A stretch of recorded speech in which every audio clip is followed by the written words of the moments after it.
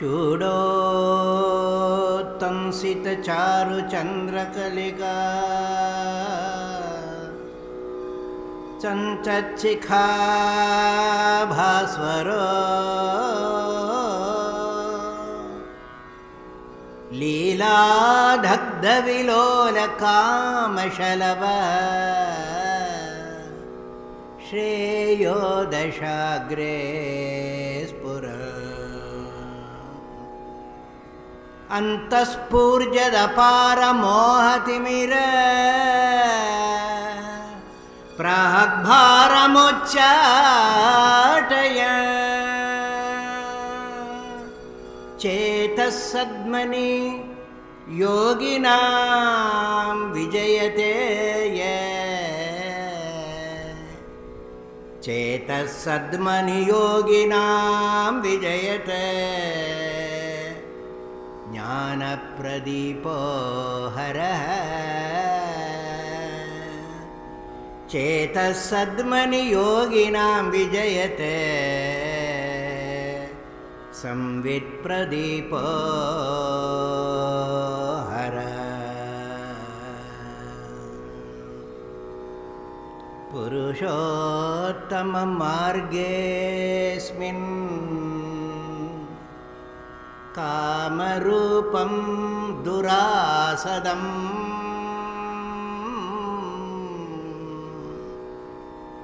पुरुषोत्तममार्गेऽस्मिन्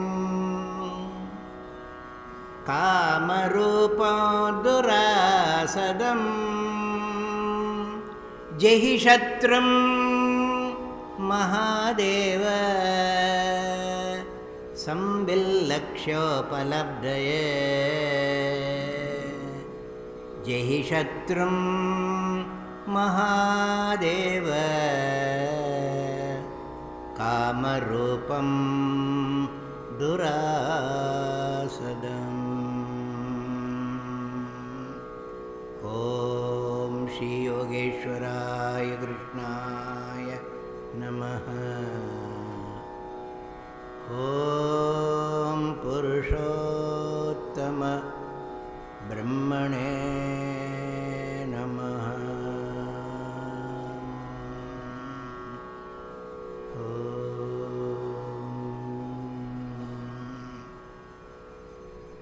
नमः परस्मै पुरुषाय भूयसे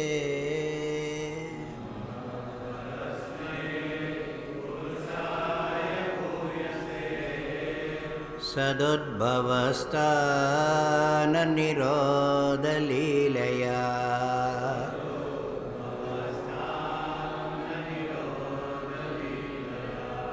गृहीतशक्ति त्रितयाय देहिनां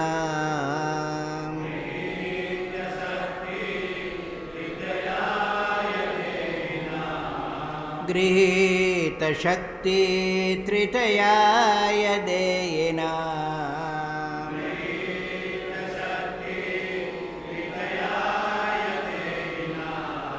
अन्तर्भवायानुपलक्ष्यवर्त्मने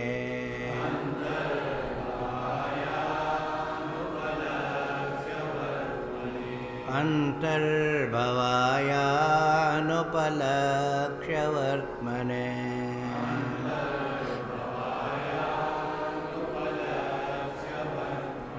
महादेव महादेव।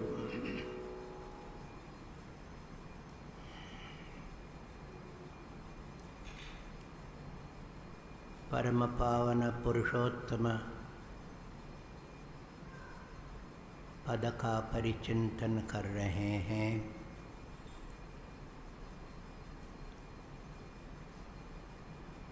इस एक मास का संवित अनुष्ठान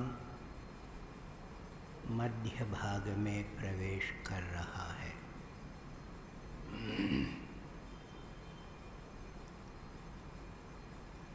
और इसको इस पवित्र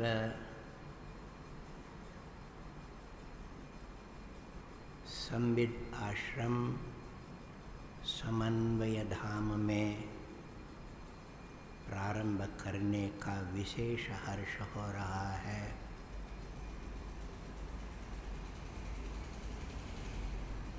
धन्य है यह सूर्य नगरी। प्रथम दिवस ही मैंने उस क्षेत्र का स्मरण किया।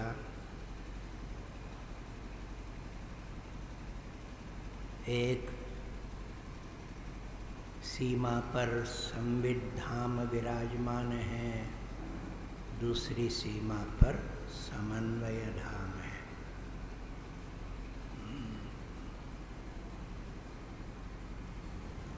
ये मध्य में भी हो सकता है। मुझे याद है एक और धाम भी है, हम गए थे। क्या है वो? साधुओं का संत धाम। एक संत धाम भी है। पता नहीं कितने धाम है। इस स्थान के साथ हमारा अत्यंत विशिष्ट एक संबंध है। हमारे परम प्रेमास्पद परम आदरणीय यतिकुल चूड़ामणि स्वामी जी महाराज, जिनके शिव संकल्प से, चिंतन से इस स्थान का निर्माण हुआ है, मेरे से बहुत प्रेम रखते हैं। मुझे पूर्ण विश्वास है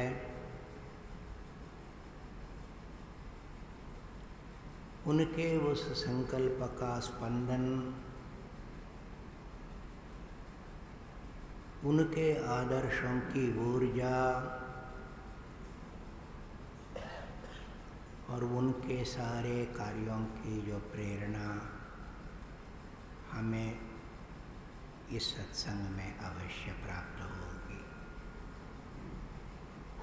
पुरुषोत्तम तत्व चिंतन में इस प्रेरणा को लेकर एक गहन विषय में प्रवेश करेंगे।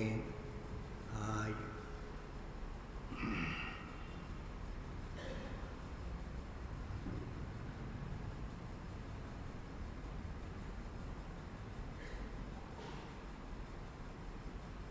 भगवद गीता के 15वें अध्याय के 5वें श्लोक पर विचार कर रहे थे। मैं कई बार कह चुका हूँ, यह श्लोक महत्वपूर्ण है, विशेष करके संविद साधकों के लिए।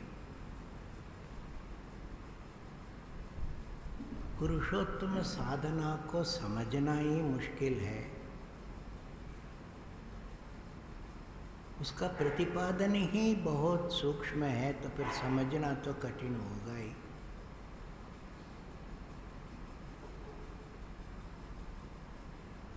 गीताचार्य के प्रसाद से हम समस्त गीता में जो संविद साधना सोपान प्रतिपादित है, उसका एक संक्षिप्त रूप 15वें अध्याय में हम देख रहे हैं।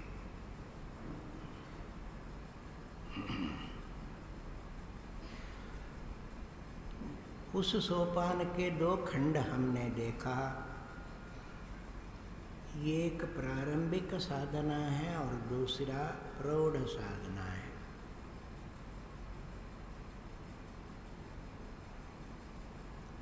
अभी हम प्रारंभिक खंड में ही हैं, इसलिए कुछ समय लग रहा है इसमें। निर्माण मोहाजित संग दोषा अध्यात्म नित्या विनिवृत्त कामा है।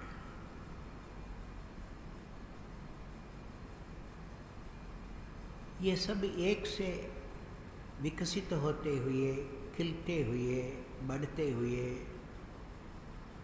ऊपर चढ़ते हुए ये विवरण आ रहे हैं। जितसंग दोषा भी काफ़ी सूक्ष्म था। संग को समझना, संग ही दोष है और वो तुम्हारे अंदर है, बाहर नहीं है।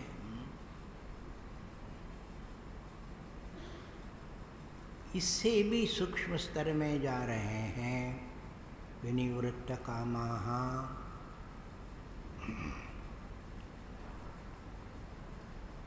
भगवान भाष्यकार स्वयं इसका प्रमाण दे रहे हैं।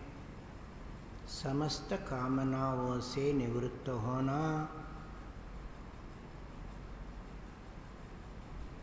ये काम का एक सूक्ष्म स्तर है।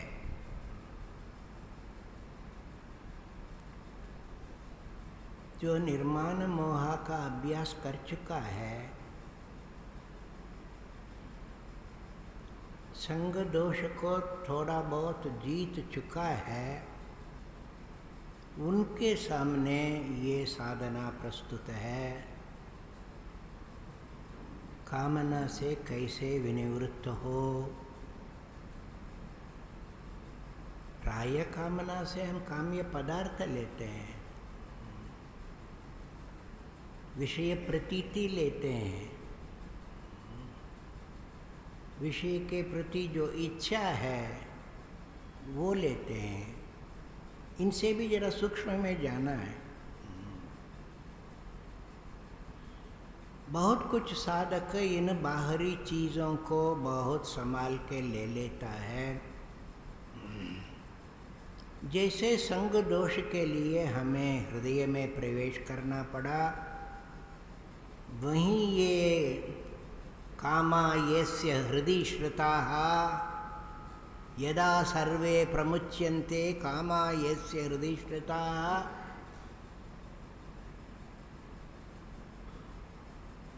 ये अंतिम सीढ़ी साधना की उपनिषदों में वर्णित है। जब हृदय में आश्रित कामना की निवृत्ति हो जाती है, अत मर्त्यो मृतो भवत्, ये मर्त्य जो अपने आप को मानव मान रहा है, यह जीव मुक्त हो जाता है। मुक्ति की ये पूर्व पीठिका है। भिद्यते हृदय ग्रंथि, जैसे हृदय ग्रंथि टूट जाती है। छिद्यन्ते सर्व संशयाः क्षीयन्ते चास्य कर्माणि, उसके साथ उस कोटि में रखा है। जब हृदय में श्रित कामनाएं निवृत्त हो जाती है तो अमृतत्व की प्राप्ति हो जाती है। भगवान ने भी इसका संकेत पहले से कह दिया, दूसरे अध्याय में ही कर दिया। ये उनकी शैली है। प्राय प्रति अध्याय में, प्रति योग में एक पूर्णता को लेकर चलते हैं। ये किसी विषय पर फोकस करेंगे, जोर डालेंगे, पर उसको शुरू से लेकर अंत तक एक पूर्णता आ जाएगी। दूसरे अध्याय में संपूर्ण गीता है।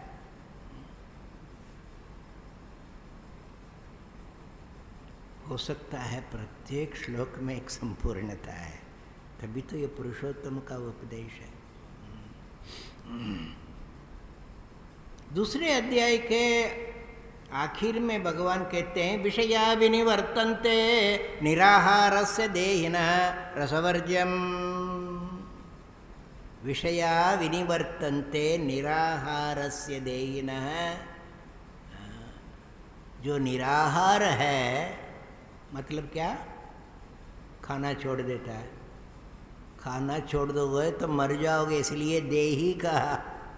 शरीर वाला है, शरीर के लिए खाना पड़ेगा। शरीर ही नहीं हो तो साधना क्या करोगे?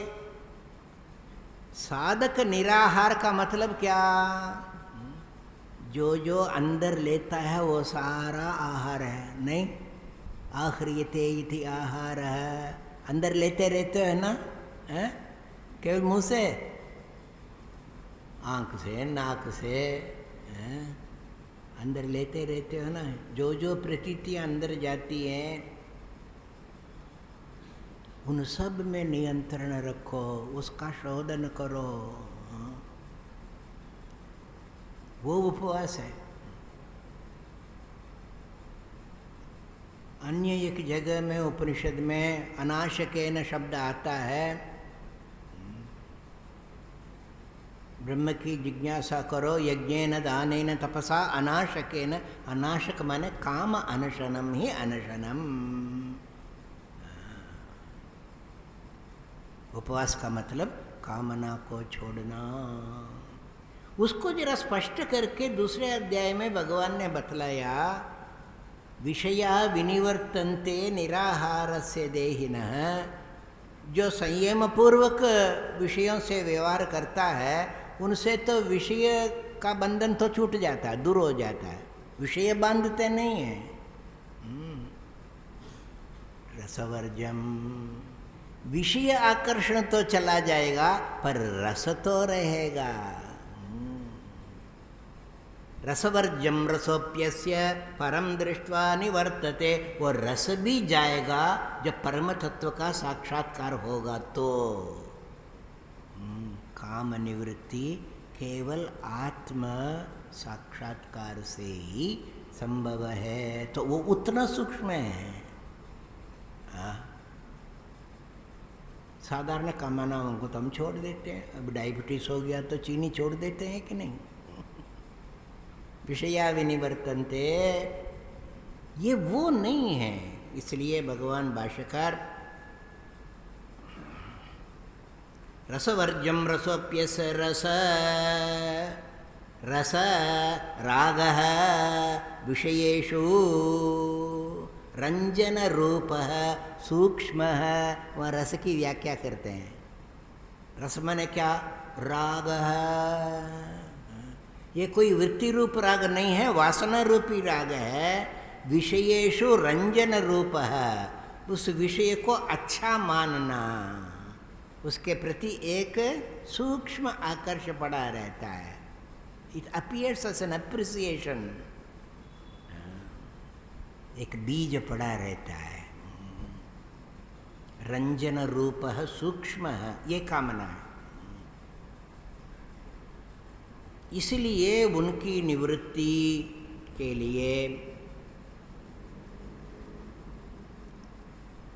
परमेश्वर ज्ञान के, परमेश्वर की कृपा के बिना बहुत कठिन उपाय है। जहाँ राग का तनिक भी पुट होगा तो हम अनुमान करेंगे अज्ञान है। सुरेश्वराचार्य यही लक्षण देते, रागो लिंगम अबोधस्य चित्त व्यायाम भूमिषु। जब तुम चित्त को ठीक करना चाहते हो,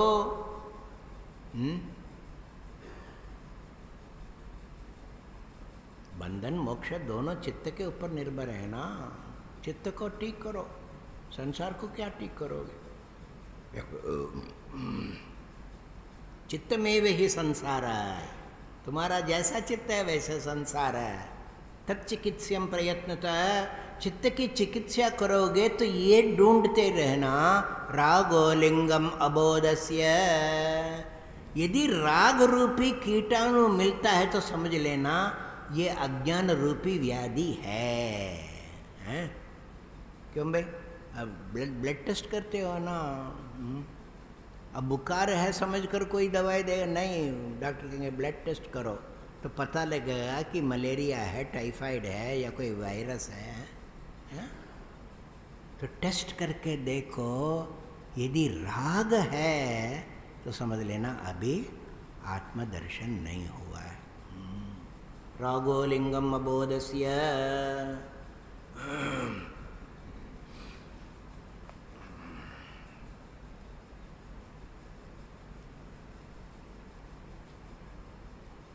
अविद्या काम कर्म, ये ऐसी एक प्रक्रिया है बंधन की। ये बंधन की प्रक्रिया है। अविद्या अज्ञान, तत्व का ज्ञान हो, बाकी सब दुनिया का सारा ज्ञान है। सत्य का ज्ञान नहीं है, शाश्वत का ज्ञान नहीं है, अपने स्वरूप का ज्ञान नहीं है, मैं असली में क्या हूँ। इस अज्ञान के कारण फिर कामना, सूक्ष्म कामना, विषयों का आदर देना, विषय के बिना रह नहीं सकता, कुछ न कुछ सूक्ष्म विषय, और उस कामना को लेकर फिर कर्म। ये रस रहेगा तो फिर वो कर्म बंधन में जरूर जाएगा।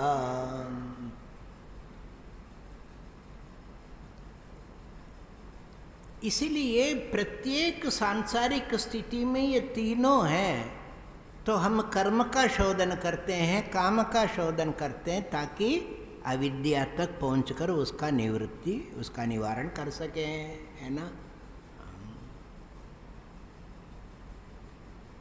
काम के बिना कर्म नहीं हो सकता है। हिंदी में जो काम कहते हो ना, कर्म को ही काम कहते हो, शायद सही है। ये काम ही कर्म है, काम से फिर कर्म होता है।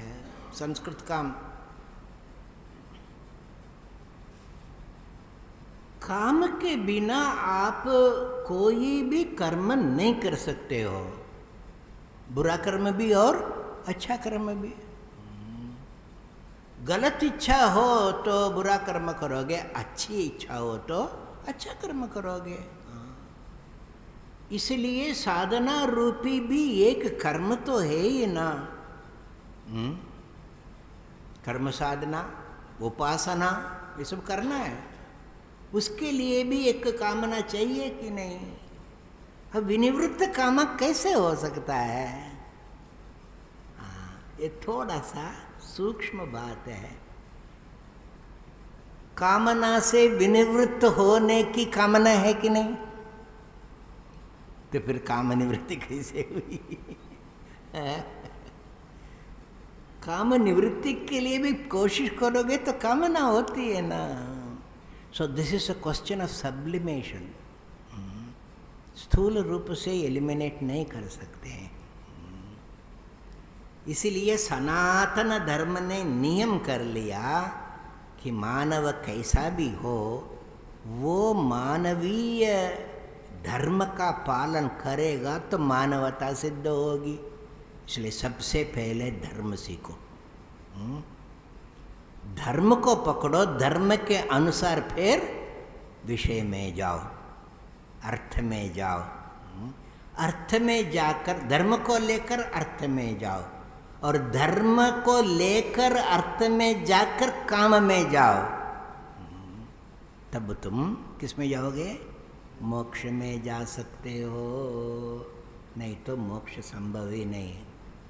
अर्थ और काम अनिवार्य है किसी भी जीव के लिए। मनुष्य की बात छोड़ो, कीट पतंग आदि सब के लिए अर्थ भी चाहिए, काम भी चाहिए। ये जीवन है। एंजॉयमेंट, एक्विजिशन, खाना, मौज मारना, ये तो होगा ही।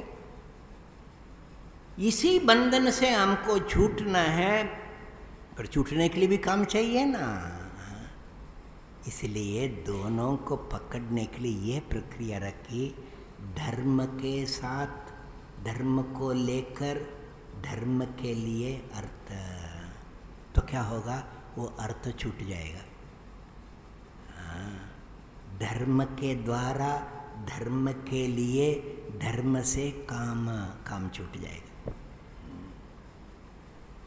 क्यों भाई?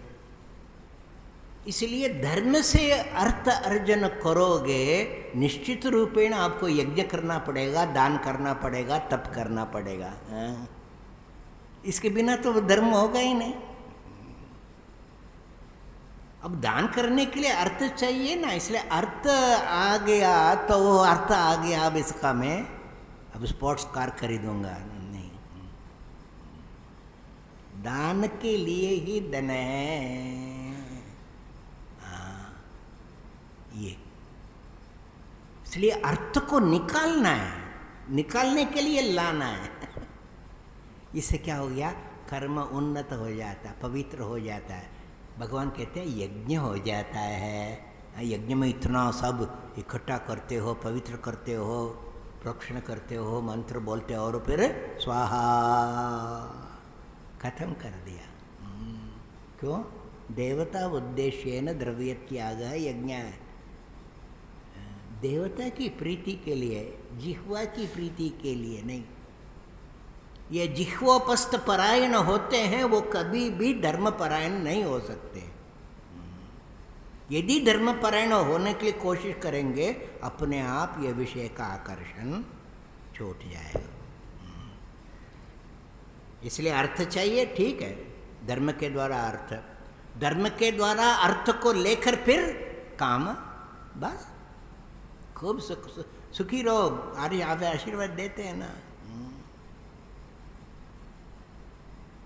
जाके फिर वो पिताजी को या दादाजी को तो गाली नहीं देना का, आप सुखी हो क्यों कह रहे हो? स्वामी जी कह रहे हैं द्वंद्व विमुक्ता सुख दुख संज्ञा, सुख से छूटना चाहिए। आप क्या आशीर्वाद दे रहे हो?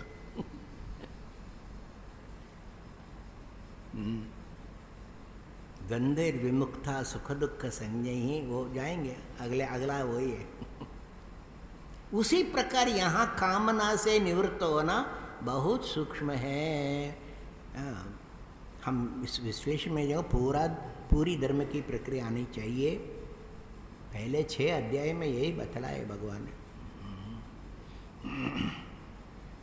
इसलिए काम निवृत्ति का एक उपाय है धर्म भाव। कुछ अंश में ये धर्म निष्ठा हो जाएगी, आगे भक्ति भाव। तीनों का प्रयोग होता है। भक्ति भाव से फिर काम निवृत्ति में, क्योंकि अब काम को सब्लिमेट करने लगे। भक्ति माने क्या? भगवान के प्रति अनुराग, वो राग आ गया ना। इसलिए भगवान के प्रति राग होगा तो विषय का राग छूट जाएगा। ये दूध और इमली एक तरफ एक साथ नहीं रह सकता हो, है ना।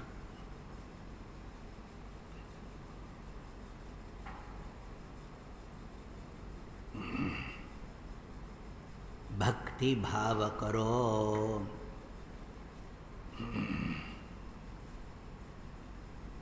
प्रहलाद जी का आप जानते हो, भक्ति का उज्ज्वल दृष्टांत। कितने आसानी से सहजतया जन्म से ही भक्ति के सिवा और कोई रस नहीं है। तो भगवान उनकी रक्षा के लिए विचित्र अवतार लिए। नृसिंह के उस उग्र रूप को देखकर लक्ष्मी भी भाग गई, देवता घबरा गए, कहीं भगवान के ऊपर भी खून सवार तो नहीं हो जाएगा। इसीलिए उन्होंने प्रहलाद को आगे के जाओ। वो तो समाधि मग्न था। उन्होंने कहा था कि खंबे में भी हरि है, और उन्होंने सोचा नहीं खंबे में हरि ऐसे होंगे। God always surprises everyone, even the saints. इसलिए उनको कहा अरे जाओ जरा थैंक यू तो कहो। वो जाके ऐसे स्तुति करने लगा तो एकदम भगवान पिघल गए, लपक के उनको लिया। फिर भी थे ना शेर, गोदी में रख के चाटने लगे। वो तो चाटने से तो और भी समाधि में जाने लगा। उनके यही आंख खोल, आंख बंद मत कर, कोई वर मांग, मैं तेरे से बात करना चाहता हूँ। कहा किसने? नृसिंह ने। वर मांग, कामम वृणीष्व। एकदम उनका तो चेहरा बदल गया। क्या बात है? उन्होंने कहा भगवान काम शब्द से मुझे बहुत डर लगता है। ये जागृत साधक है। भगवान की गोदी में बैठे हुए भी विनिवृत्त का माँ, उनको याद है कहीं इसमें फंसना नहीं चाहिए। भगवान काम शब्द से मुझे डर है, मुझे ऐसा प्रलोभन मत दिया करो, मैं तो आपका आश्रित हूँ। उन्होंने कहा ठीक ठीक, मेरे को उपदेश मत देना, अब मैं मूड में हूँ, मेरी बात बेकार जाएगी, मांगना पड़ेगा। प्रहलाद ने कहा कि ये तो बहुत मुश्किल हो गया। उन्होंने कहा कि आपको कुछ देना हो तो ये वर देना कि कभी भी मेरे हृदय में कामना उत्पन्न नहीं हो। ये गुरु से भी बढ़कर चेला होता है। काम मेरे हृदय में आरोहण कभी नहीं करे, ये वरदान दीजिए। ये शुद्ध विशुद्ध भक्त ही ये कह सकता है, क्योंकि कामना आई और भक्ति गई।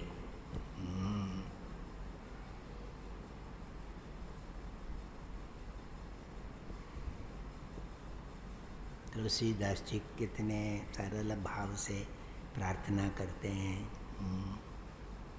नान्या स्पृहा रघुपते हृदये स्मदीये, सत्यं वदामि च भवान् अखिलान्तरात्मा। नान्या स्पृहा, मेरी और कोई स्पृहा नहीं है। मैं सच्ची बात बतलाता हूँ, क्योंकि प्राय लोग झूठी बातें बोलते हैं।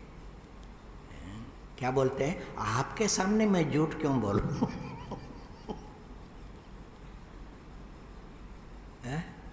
इसका मतलब झूठ बोलते हैं। रघुपते, मेरे हृदय में कोई अन्य स्पृहा नहीं है, केवल एक ही स्पृहा है। भक्तिं प्रयच्छ रघुपुंगव निर्भरा में, कामादिदोषरहितं कुरु मानसं च। मानसम कामादिरोहम रहितम कुरु, यही भक्तिम प्रयच्छ, भक्ति देना। और भक्ति तभी आप दे सकेंगे जब इस मानस में कामादि दोष दूर हो जाए। अब ये पता नहीं, मैं अपने आप को नहीं जानता, पर आप तो जानते हैं ना। अखिलांतरात्मा, आप सबके अंतरात्मा है, इसलिए जरूर आप जानते हैं। मैं जान ही नहीं सकता हूँ तो मैं निवृत्ति कैसे करूँ? ये भक्ति का मार्ग है। इसलिए उनके समर्पण करने मात्र से ये निवृत्ति शुरू हो जाती है। ये सर्वतोभावे न समर्पण चाहिए हो। आगे समर्पण में और जाएंगे, प्रौढ़ साधना में जाना है ना, समर्पण योग देखेंगे। पर इस प्रकार भगवान मात्र शरण लेने से काम निवृत्ति हो जाती है। जैसे सब कर्म समर्पण करो तो भगवान कहते हैं मैं तुम्हारे इंश्योरेंस पॉलिसी ले लेता हूँ। कहते हैं ना भगवान, कहते हैं, क्या कहते हैं?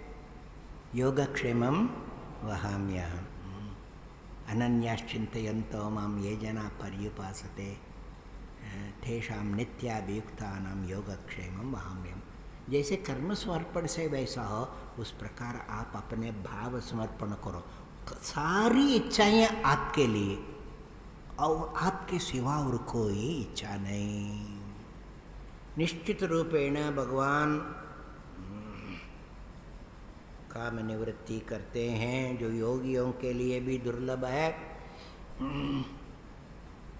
तीसरा उपाय है योग भाव। चित्त समर्पण ही तो करना है।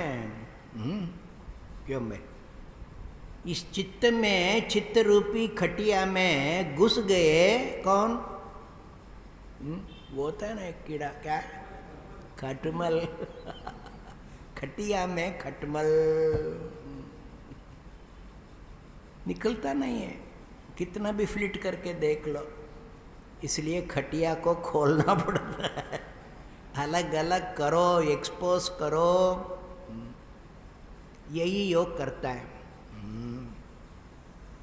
चित्त निरोधः योगः। चित्त निरोध रूपी योग की प्रक्रिया में सारे चित्त का शोधन हो जाता है, समस्त वासनाओं की निवृत्ति हो जाती है। इससे भी विनिवृत्त काम हो सकते हैं। योगाभ्यास हो, समाधि का भाव, भगवान दूसरे अध्याय में ही इसका भी संकेत कर दिए हैं।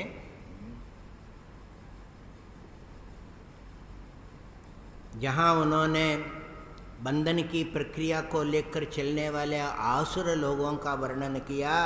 क्रिया विशेष बहुलाम योगेश्वर्य गतिम प्रति व्यवसायत्मिका बुद्धि समादौ न विधीयते।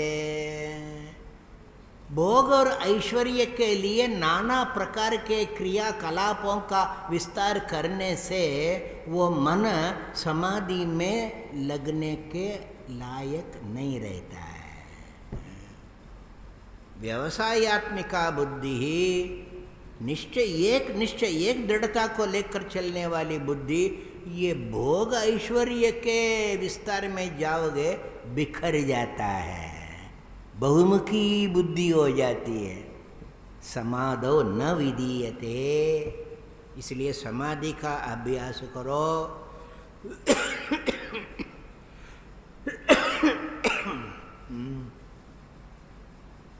भगवान भाष्यकार एक जगह लिखते हैं स्तुति करते हुए, भगवान ये देखो, ये साधक कहता है कि मैं केदारनाथ जाऊंगा, वो भी जाऊंगा श्रावण के महीने में। भाई उस महीने में बहुत बरसात होती है, बरसात होने से भूस्खलन हो जाता है, यात्रा में बहुत तकलीफ होती है। नहीं, मुझे उसी महीने में, क्यों? उसी महीने में ब्रह्म कमल होता है, ब्रह्म कमल लेकर भगवान को चढ़ाऊंगा। मैं भी गया था एक बार 2 महीना रहा। अब मन नहीं मानता है, लोग खरीद के चढ़ाते हैं। हमने सोचा नहीं, हम खुद जाके लेकर आएंगे। 20,000 फुट ऊंचाई पर गए। वो एक जमाना था, एक पागलपना था। तो भगवान भाष्यकार कहते हैं ये क्या है? गभीरे कासारे विशति विजने घोर विपिने जले वा वन्नो वा। ये कहाँ घुस के फूल लाने के लिए जाते हैं, ये क्या इनको पता नहीं है? समर्प्यैकं चेत सरसिजमुमानाथ भवते सुखेनावस्थातुं जनयः न जानाति किमो। एक चित्त रूपी कमल आपको चढ़ा दें जो कभी मुरझाता नहीं है, हमेशा। अब ये चढ़ा भी दो तो दूसरा दिन तो फिर दूसरा लाना पड़ेगा ना। ये चित्त रूपी कमल को चढ़ा दो। और शास्त्र कहता है चित्त भी कमल जैसा ही है, हृदय कमल है ना, वो हृदय चढ़ा दो ना, फिर सुख से हमेशा बैठ सकते हैं ना। साधक कहता है महाराज केदार क्या, हम कैलाश भी जाकर आ जाएंगे, ये चित्त चढ़ाना हमारा काम नहीं है। उससे ज़्यादा कठिन है चित्त चढ़ाना। चित्त तुम्हारे हाथ में है, तोड़ सकते हो। क्यों भाई? इसलिए बहुत कठिन है समाधि। आगे देखेंगे अध्यात्म निष्ठा के द्वारा चित्त ही चित्त है। चित्त ही चित्त है कि नहीं है? चित्त में चित्त है कि नहीं? बस चित्त को पकड़ो तो फिर चित्त को क्या रहे, त को निकाल दो। चित्त से त को निकाल दो तो क्या हो गया? चित्त हो गया। बस यही तो है। चित्तं चित्त विजानीयात् तकार रहितं यदा तकारो विषयाध्यासः। चित्त से विषयाध्यास रूपी तकार निकाल दो तो चैतन्य चैतन्य वो तो समर्पित है ही, भगवान का स्वरूप है। ये विषयाध्यास को हटाना बहुत मुश्किल, योग यही करता है। विषयाध्यास रहित चित्त हो जाए तो चित्त क्या होगा? हरिओम तत्सत। फिर चित्त चित्त नहीं रहता है, केवल आत्मस्वरूपे अवस्थानम चित्त, ये सिद्ध होगा। बहुत कठिन हो। ये एक अच्छे दंपति थे, पति पत्नी दोनों सत्संग करते थे, गीता पढ़ते थे। साधना करते थे, निर्माण मोहाजित संग दोषा करते करते जब सारा धार्मिक कर्तव्य पूरा हो गया, शरीर अब कहते हैं ना, मनु महाराज कहते हैं जब पोता का मुंह देख लिया तो आप जंगल जा सकते हैं, वानप्रस्थ बन सकते हैं। क्यों भाई? अब लड़का कहते हैं पोता होने के बाद ही आपकी जरूरत है उनको देखभाल करने के लिए।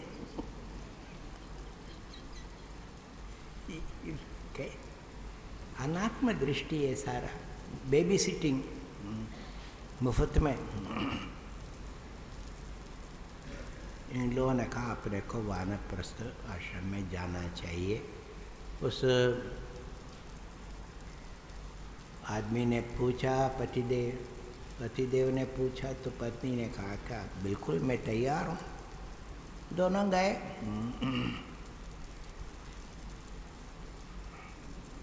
सुंदर वन स्थल में जाके रहेंगे। बीच में एक नदी थी, वो नदी पार कर रहे थे रेत में। ये जरा पीछे जा रही थी धीरे धीरे, वो आगे जा रहा था। अकस्मात उन्होंने देखा कि उस रेत में किसी का कोई गहना गिर गया है, एक रत्न चमक रहा है, लाल लाल रत्न सोने में गड़े हुए। उसने देखा कि अब ये पीछे आ रही है, वो देख लेगी तो क्या पता उसका कोई उठा लेगी। तो उसने अपने पैर से कुछ रेत को उठा के उसके ऊपर डाल दिया और फिर धीरे से देखा, वो देख तो नहीं रही है। वो हंसने लगी जोर शोर से, वहीं बैठ गई। क्या बात है? वो तो जोर से हंस रही है। उन्होंने कहा क्या बात है भाई, अब क्या करूं, ये हंसी की बात है ना, क्या हंसी की बात है? उन्होंने बहुत अच्छी बात कही। पाषाण खंडेष्वपि रत्न बुद्धि कांतेति दीर्षो नितमांस पिंडे आत्मेति दीर्यत भस्मांत देहे जयत्यसौ काचन मोहलीला। जयत्यसौ काचन मोहलीला। ये मोह की लीला तो देखो, इसलिए हंसी आ रही है। क्या मोह की लीला? पाषाण खंडे अपि रत्न बुद्धि। एक पत्थर को रत्न समझना। पत्थर ही तो है, क्यों भाई? अब रत्न नाम रख लो, पर वो भी तो पत्थर ही तो है ना। पाषाण खंड में रत्न की बुद्धि और एक मांस पिंड में पत्नी की बुद्धि। मैं पत्नी देख लेगी इसको, पत्नी है कहाँ? और खुद में ये भस्मांत शरीर में मैं हूँ ये बुद्धि, तभी तो उसको ढक रहे हो। उन्हें कहा तो गजब हो गया ये। भाई तुम्हारी रक्षा के लिए मैंने ये की थी, तुम इसको ऐसा क्यों ले रहे हो? चलो आगे। उन्होंने कहा नहीं वापस चलो। उन्होंने कहा वापस कैसे? अभी मोह गया नहीं तुम्हारे में। युक्त इत्युच्यते योगी समलोष्टाश्म कांचन। ये भगवान ने गीता में बताया, उसको याद दिला रही है। क्यों भाई? औरतें ज़्यादा समझती हो। कॉलेजों में रिजल्ट्स देख लो। युक्त इत्युच्यते योगी समलोष्टाश्म कांचन। एक लोष्ट है, मिट्टी का पिंड है, अश्म है, पत्थर का खंड है और सोना है, इसको बराबर समझना। ये योगी है। इसका मतलब आप अभी योगी नहीं बने, इसलिए योगी बनने के लिए अपने जाना पड़ेगा। योगारूढ़ हो गए तो फिर आप जंगल में जा सकते हो। क्यों? आरुरुक्षोर मुनेर योगम कर्म कारणम उच्यते। जो योग में आरूढ़ होना चाहता उनके लिए कर्म करना चाहिए। योगारूढ़ हो गया तो जंगल में जाके समाधि लगाना चाहिए। आप अभी योगारूढ़ नहीं गए, वापस चलो। इतनी तीव्रता होगी भाई? अपने आप को जज करो। अर्थ वासना भी नहीं होनी चाहिए। ये अच्छी चीज है ऐसा समझा है ना तुमने? तुमने रत्न देख कैसे दिया? बहुत कठिन है ना। अरे इनकी बात छोड़ो, बड़े बड़े महापुरुष भी, योगी, सिद्ध योगी भी। अभी मैं गुरु पूर्णिमा के पहले हिमालय में गया था।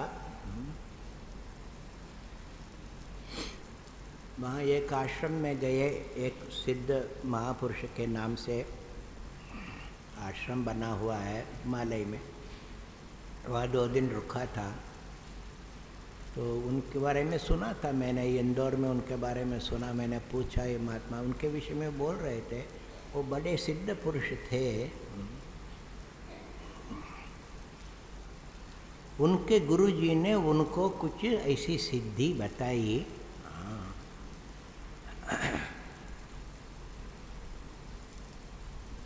नदी के किनारे आश्रम था।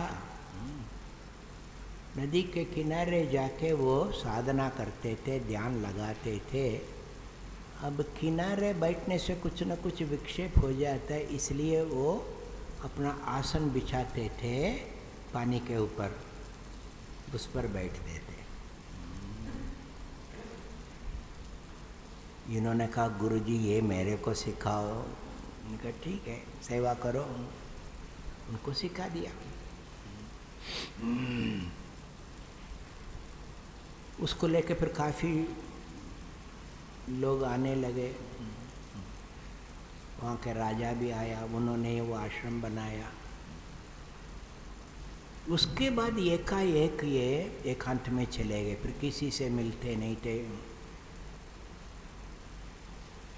तो एक उनका जो निकट साधक था, उनको मालूम था। उन्होंने फिर हम लोगों को बताइए, मेरे को बताने वाला कह रहा, उन लोगों से विदित हुआ कि एक बार घूमते घूमते और कोई सिद्ध पुरुष आए। महात्मा तो आते जाते रहते हिमालय में।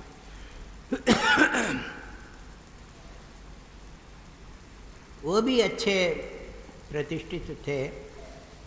तो आपस में अच्छी बात कर रहे थे। उन्होंने कहा चलो घूमने चलेंगे।